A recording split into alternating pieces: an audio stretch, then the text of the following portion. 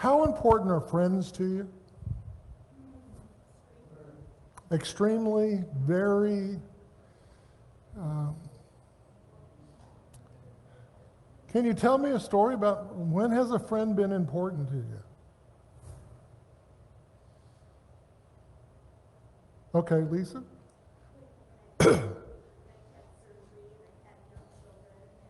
Okay. Okay. She mentioned when she had surgery, when she had small children, friends were helpful. They brought meals in. I've had people take me to appointments, and you hate calling, and yet if they're a good friend, you can approach them, right? Anyone else? Okay, yesterday, especially as you deal with the funeral. During difficult times. Difficult times, Just okay. have somebody to listen to you, even if it's, or just you need a hug. Okay. How would we define a friend?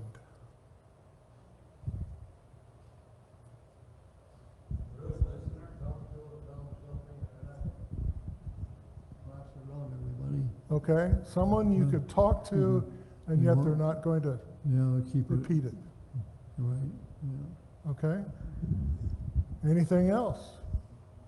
Your friend loves at all times. Friend loves at all times. Okay, you're getting ahead of me, right? You're getting to one of the Proverbs I'll go to, but that's okay. That's fine. Our definition of friend, it's interesting. The dictionary has to keep up with the world, right? So one of the definitions is a contact on a social networking site. Okay? Is that different from having a real friend? Okay, most of us do.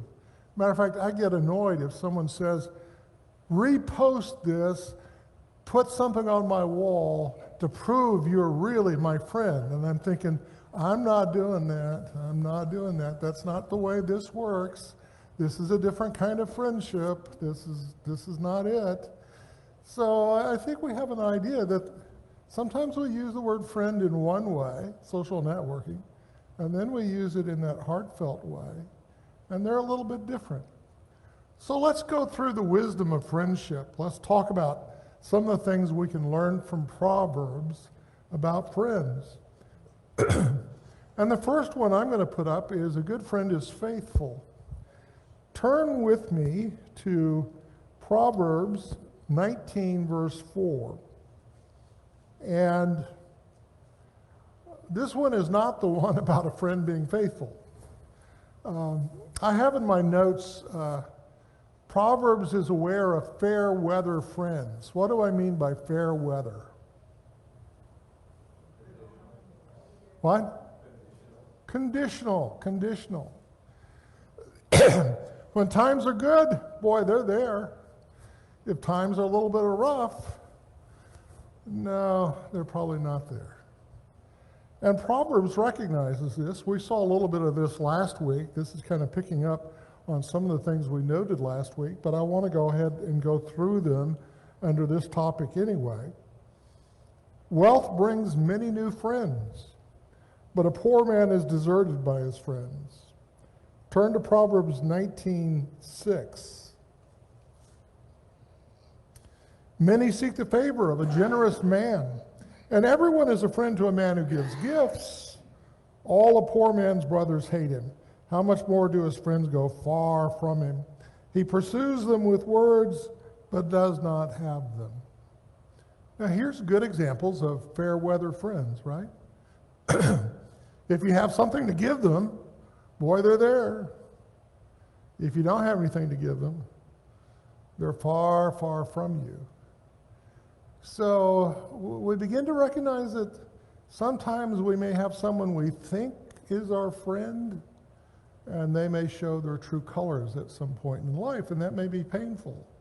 But recognize that this is a phenomenon that does happen in life.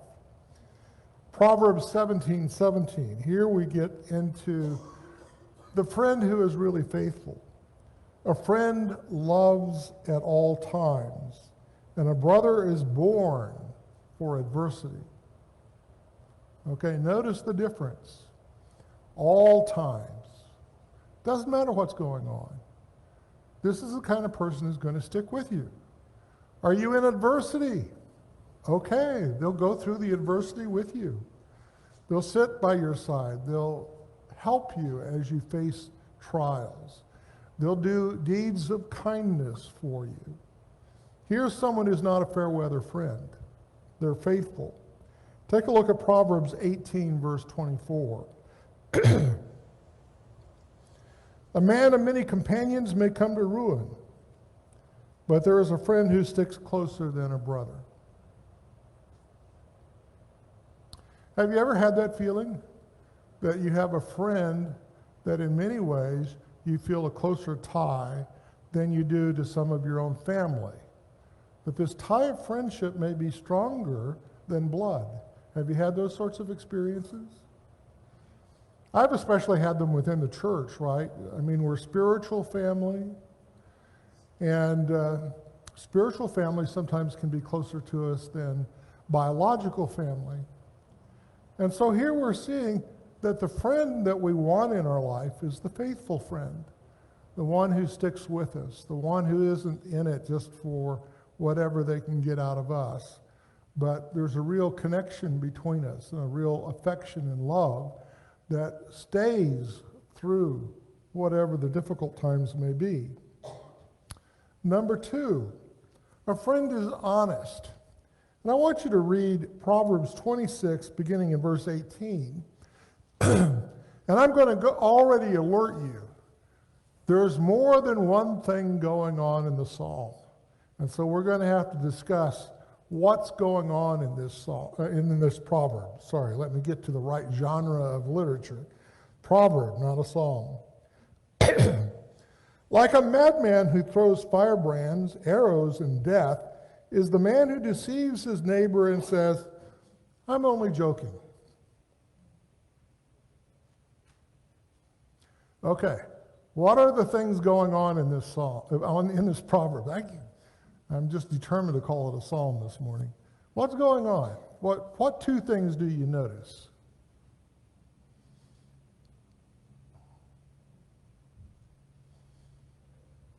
Okay, I know it's winter, but deception is one.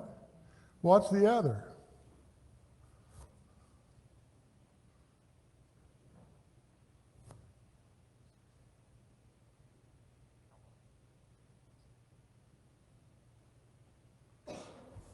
I'm only joking. And yet they may have caused a lot of problems, right? So when someone has done some, this is a really over-the-top list, like a madman throws firebrands, arrows, and death, that's over-the-top language. But then they come back and say, I'm only joking. What's the difficulty with that? Honesty. Are they joking or not? Or is this how they really feel? Okay, the damage is still done. The deception is done. And I think the Proverbs is saying to us, this relationship of friendship is too valuable and too important just to play with, right? Don't deceive one another. Be honest with one another.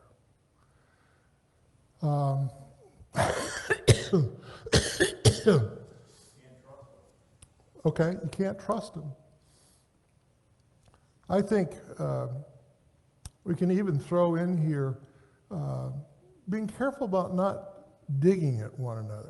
I know sometimes there's friendly banter, guys get into it, especially maybe. But we need to be very careful about that. When are we joking and when aren't we joking? Because sometimes that banter really is maybe some deep feelings coming out that aren't healthy feelings. So here is a proverb that says we really need to be honest with our friends. Number 3, a good friend rebukes when necessary. Take a look at Proverbs 29, verse 5.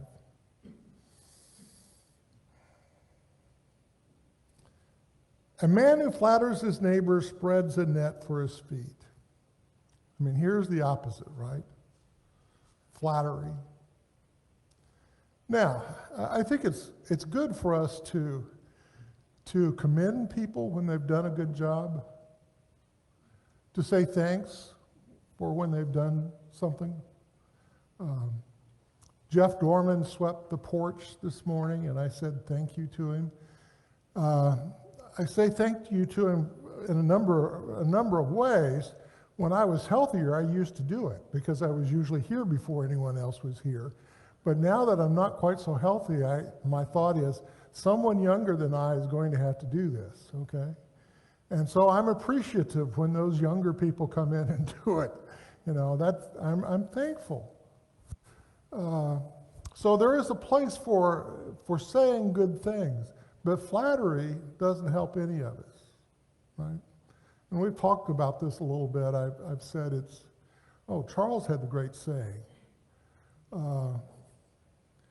with a compliment, chew it but don't swallow it. It's close enough of a quote of Charles. He's shaking his head yes. Now, Proverbs 27, verse 6. Faithful are the wounds of a friend. Profuse are the kisses of an enemy. And I think here the wounds of a friend have to do with, the rebukes that they may give us. It has to do with bringing to our attention things that need to be changed. How many of you like to be rebuked? No one raised their hand for some reason. Have you learned to take a correction? Okay, I hope all of us have. I think correction is something that comes our way. Have I ever been corrected in life, even by church members? Yes. And I took it in the way it was intended. I've even written letters of apology, and relationships went on, and everything was fine. But there are times when maybe a correction needs to be made. And a good friend is someone, well, let me ask you, would you rather a good friend approach you about a problem or someone you didn't know? And why? Relationship is established. Okay. Honest trust. You have an established relationship. It's a relationship of love. There's a relationship of trust. So when rebuke comes along, maybe it's a little easier to take. And we have to, none of us in here are perfect people. We've not reached perfection. That's something that God will have to do for us. That's one of those things we can look forward to, but we're not going to achieve it in this life. Hopefully we get more and more mature, and greater maturity comes in our life, but rebukes may be necessary. The wounds of a friend. A good friend is considerate. Turn to Proverbs 25:20.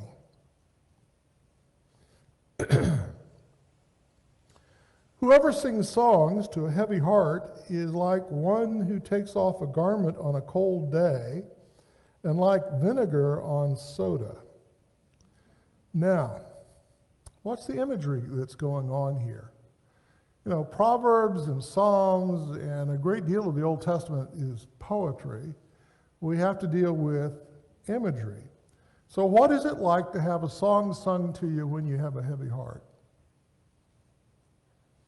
And of course, I guess it depends on the song, but it sounds like in this proverb, it's not a song that fits the mood. How does that feel?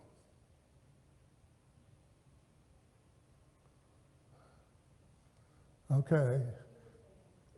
Irritating. Worthless. It may make me feel worse, right? Okay. Like one who takes off a garment on a cold day. How many of you want to go out in the middle of the parking lot with a wind chill of 8 and take off your winter coat?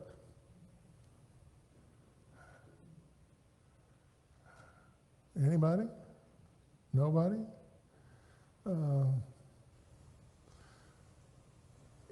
For those of you who have had teenagers, one of the irritating facts of teenage life is they seem to think they can go without coats in the wintertime. You ever notice that? And I would try to preach how dangerous that would be, especially if you're going to get out of town. If you get in trouble in your car, you could get, in Michigan at least, you could get into deadly situations with the cold. And so taking off your coat in cold weather doesn't sound like a good thing. Now, what about vinegar on soda?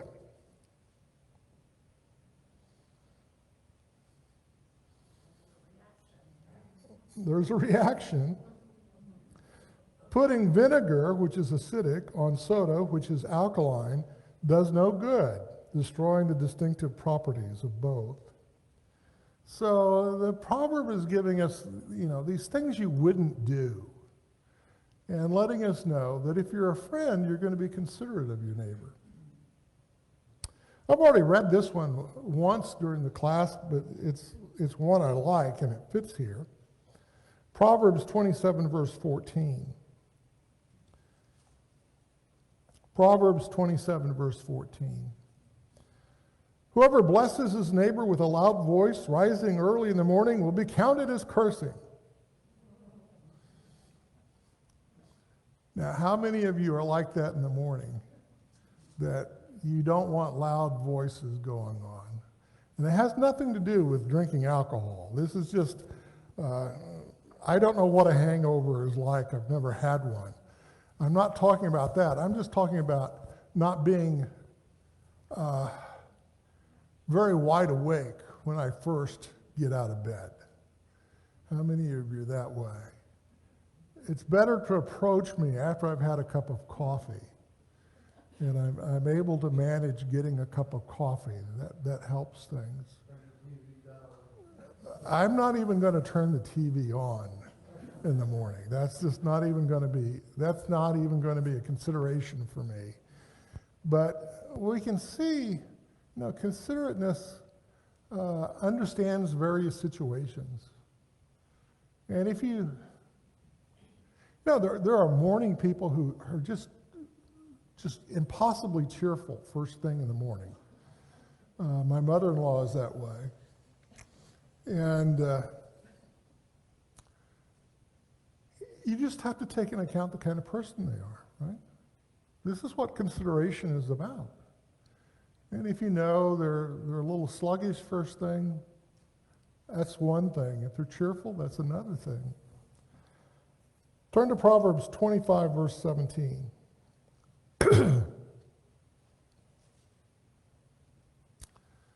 Let your foot be seldom in your neighbor's house, lest he have his fill of you and hate you. Now, what is this proverb talking about? Don't overstay your welcome. We have a proverb about guests and fish that are there for what, 3 days, 2 days, whatever, the length of time. Now, I want you to notice something about Proverbs. Proverbs doesn't tell you, well, how often is that? Right? And how often you might go over to your neighbor's house may vary with your neighbor, right? It may vary with the relationship that you have. But there's this recognition that being considerate of other people, is important. And it may be one of those considerations is how often you go over and stay in someone's house. Now, by the way, in the ancient world, houses weren't all that big. You basically had a one big room living space unless you were a little wealthier. So that would make it even a little more crowded, right? At least in our houses, we can spread out a little bit more. There may be several rooms we can roam around in. In the ancient world, if you were poor, that wouldn't be necessarily the case. But again, it's an example of being considerate.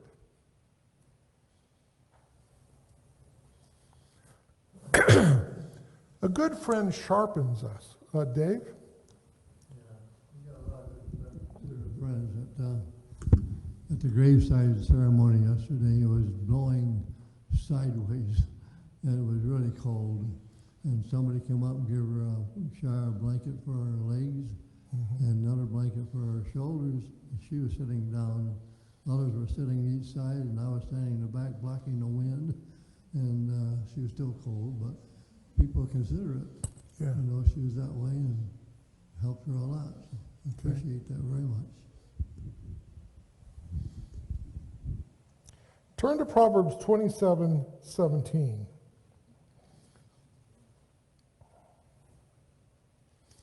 Iron sharpens iron, and one man sharpens another. What's being talked about here?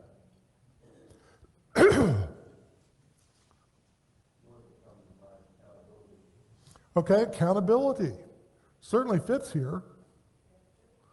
Character. Again, there may be some rebuking going on, and we sharpen one another as far as our character is concerned. I'm thinking the gifts of the Spirit were diverse. Okay. Shared wisdom. Sometimes when you're talking with a friend and an idea is put forward and then they bounce on that idea, the idea gets better. Have you ever had that experience?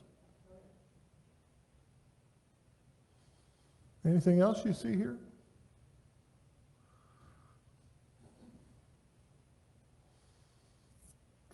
Our friendships can help us be better, do better, think better, plan better, all those sorts of things.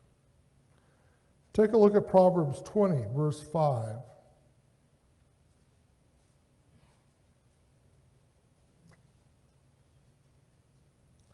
The purpose in a man's heart is like deep water, but a man of understanding will draw it out.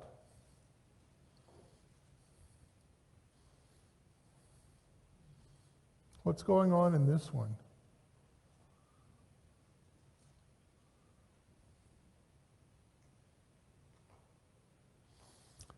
Have you ever talked with someone and they've helped you clarify your thoughts?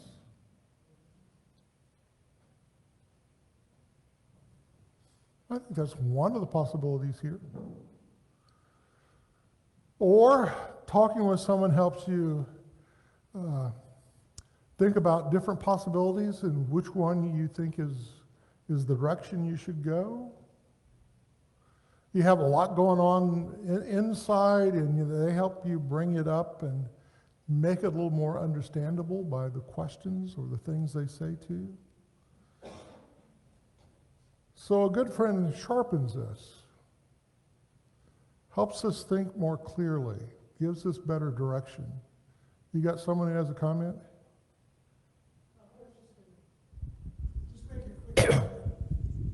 I was thinking about the times when what you've been thinking is really over the top, way more than what that it really deserves, and your friend can help you kind of touch base with reality.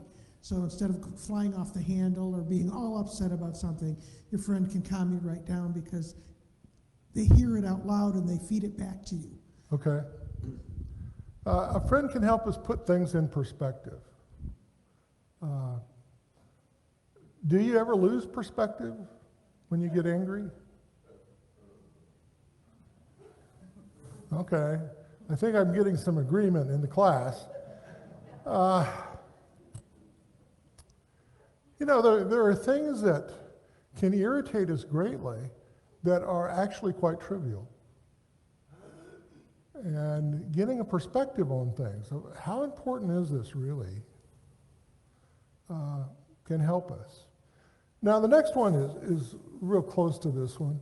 Maybe I should have combined them. I didn't. Maybe if I ever do this again, I will. But a good friend offers wise counsel. Take a look at Proverbs 27, verse 9.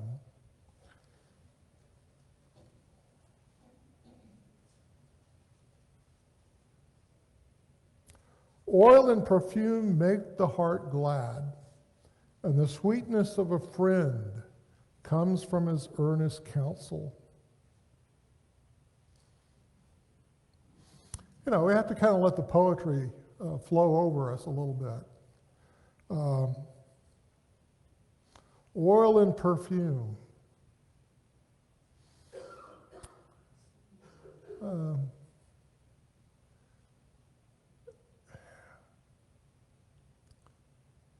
I'm trying to think about ways of thinking about it, because I don't think of myself as putting oil on myself. Okay, but lotion I do. For some reason, as I've gotten older, I crack my skin more. It seems like body parts just don't behave the same way. So I know I have lotion on me, maybe with the bath wash I've used, and I particularly on my feet. So I can begin to understand that. How those things are pleasant and helpful. Perfume can be pleasant. What's your experience with oils and perfume? Anybody? I asked the question, and I'm afraid I'm going to get the answer. I smelled this perfume, and it was so terrible I had to leave, or something like that, because I've had that experience as well.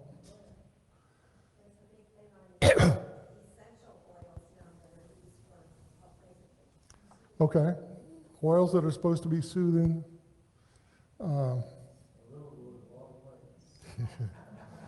Well, we're not, this is not the subject of the proverb, I don't think.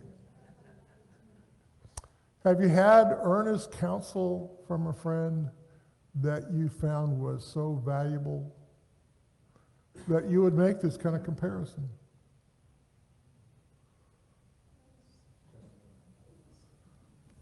Okay. I really think that those of us who have Christian friends that we can talk to probably are going to be emotionally healthier than some other people. And I'm not saying there aren't some, I do know there's things like clinical depression and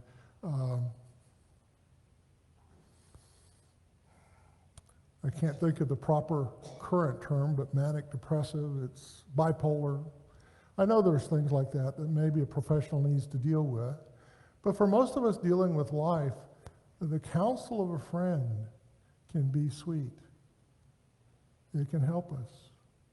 It can be like these fragrant things that Proverbs is comparing. Anybody with wise counsel?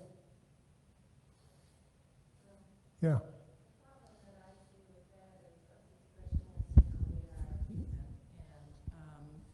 We don't want to disclose our our faults or our issues or whatever, but of anybody, the church, our Christian family is where we should turn to, and not be afraid to let that guard down and say, I need help, or I just need a listening ear, or whatever.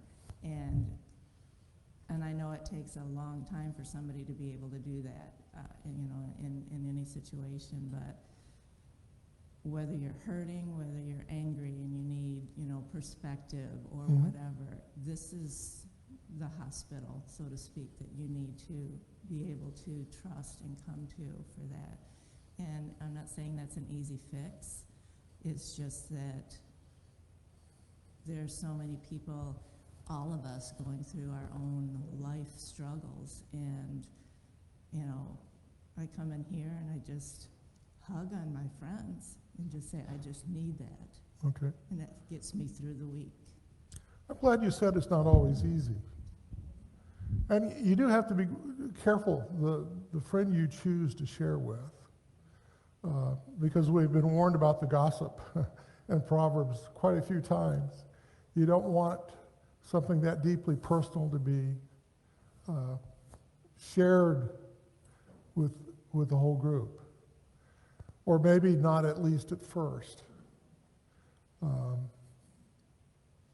I've had the experience of course, having health issues, and I shared it with a smaller group first, and then finally was open with everybody. But that was the path. And so, yeah, you want to have people you trust when you share those first things. One of the things that I really liked about this was the earnest counsel. A friend doesn't just give you an off-the-cuff answer. Okay. They think about your problem. They probably spend time on it away from you and call you up later and want to, because it's important to them how you feel. Mm-hmm. And so earnest counsel is just more than somebody Counsel. just providing a listening ear. They're actually interacting with you and validating your problem. Okay. And earnest, too, in the context of a friend, is they know you very well, right? They know you. And that makes a difference. Earnest can also include the fact that if we're godly people, we're reflecting on God's Word. And we may have a perspective from God's Word to help. That's earnest as well. So earnest deepens certainly what we mean by counsel, but it deepens it in a number of different ways, I think. Go ahead. With the technology we have today and our phones, there's, Julian's on a group from church here that all of a sudden his phone just blows up, and I'm like, what's going on? He says, well, it's just a group of men from church, and somebody will start a conversation or asking prayers or whatever. And that's great that we have that technology, that you can do it when we're in our own homes or whatever. And the ladies here do the same thing. If you need, say, hey, please keep me in your prayers today, or if you have something you're rejoicing about and you want to share it and you want everybody else to rejoice with you, at least you're connected. It keeps you connected in that way throughout the week until we meet again here together. And that's a positive thing with that. So at least you can, even if it's throughout the middle of the day and you want to text somebody and say, hey, can you pray for me or pray with me or whatever, that's a positive thing with that. Yeah, we've had people say in class this quarter the importance of a text received at a certain time. So, wise counsel. Well, this one is probably fitting for us to think about after we've talked about counsel. Maybe if I'd been wiser, I would have put it before it. But a good friend keeps a confidence. Turn to Proverbs 16:28. A dishonest man spreads strife, and a whisperer separates close friends. Proverbs 17:9. Whoever covers an offense seeks love, but he who repeats a matter separates close friends. So there is a place for confidence. We may talk about things, especially character flaws in our lives with a friend, and those things get resolved, right? Do I have to publicly announce every sin I commit to the whole assembly? I would think it would be only if that offense is known to the whole assembly. And then maybe I need an apology and let people know I've straightened it out. But all of us are going through corrections, mid-course corrections in life. So it's helpful to have someone that we can keep confidence with, or just maybe their trials we're going through, or issues we're dealing with. So keeping confidence is important. A good friend should have, go ahead, Dave. He's going to get the mic to you. Years ago, it's a long time ago, but I had a good close friend in the church here, worship with us, close friend, and they did income taxes for people. So I had to do my income taxes. And all of a sudden one day, another close friend come by and talked to me about my income taxes. I said, how'd you know that? Well, that person told them. So I went to her and told her that if that happens again, you won't be doing my income taxes anymore. And she said, okay, sorry. Next year, I went to get to the barber shop, and the barber asked me about my income taxes. She told her husband, and her husband went to the same barber I went to, and it just goes round and round. So she didn't do my income tax anymore. I do it myself. I do it myself for years now. But you know, confidence is a confidence. Okay. You don't blab it to everybody. Okay. And when I've talked with people through the years, I've tried to make clear, is this something you're wanting me to keep in confidence? Is this something that can be shared with the elders? So that we're clear on confidence. And I think, you know, that's always a good thing to do. A good friend should have good character. Proverbs 22:11. He who loves purity of heart and whose speech is gracious will have the king as a friend. Now, as I read the history of Judah and Israel, I'm not certain that was always very true, right? Because there's a lot of wickedness in the kingdoms. But that's the way it should be. You know, sometimes Proverbs tells us the way it should be, not necessarily always the way it is. Proverbs 12:26. One who is righteous is a guide to his neighbor, but the way of the wicked leads them astray. So if you're going to have a friend, have one who is of good character, because that character is going to influence you. And it's going to affect what you do in life. And finally, a good friend knows to be a friend. Take a look at Proverbs 27:10. Proverbs 27:10.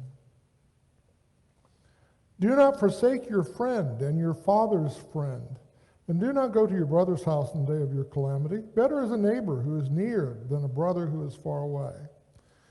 So here's this idea: don't forsake a friend. Know how to be a friend. Be friendly. Now, let me make an application here. I do believe we're a friendly group, but you have to be intentionally friendly. And I would say, you know, if you don't know someone, try to meet them. I've always said through the years, I'm an introvert. I could stand in the corner and be real happy with no one bothering me, you know, sort of thing. But I try to say I'm a functional introvert. I've learned that I do have to go out and meet people. And if you feel like, well, no one's talking to me, let me ask you the question, are you talking to others? Because I've met some fellow introverts that I had a real hard time having a conversation with. Right. So you have to be a little bit friendly and open up yourself if you're going to have friends. You have to learn how to be a friend. Well, it's 1:15. It's time for us to stop. I have one more class in Proverbs, And next week, I think where I'm going is wisdom for families, wisdom for families. So be thinking about that this next week, and we'll look forward to seeing you again next Sunday morning.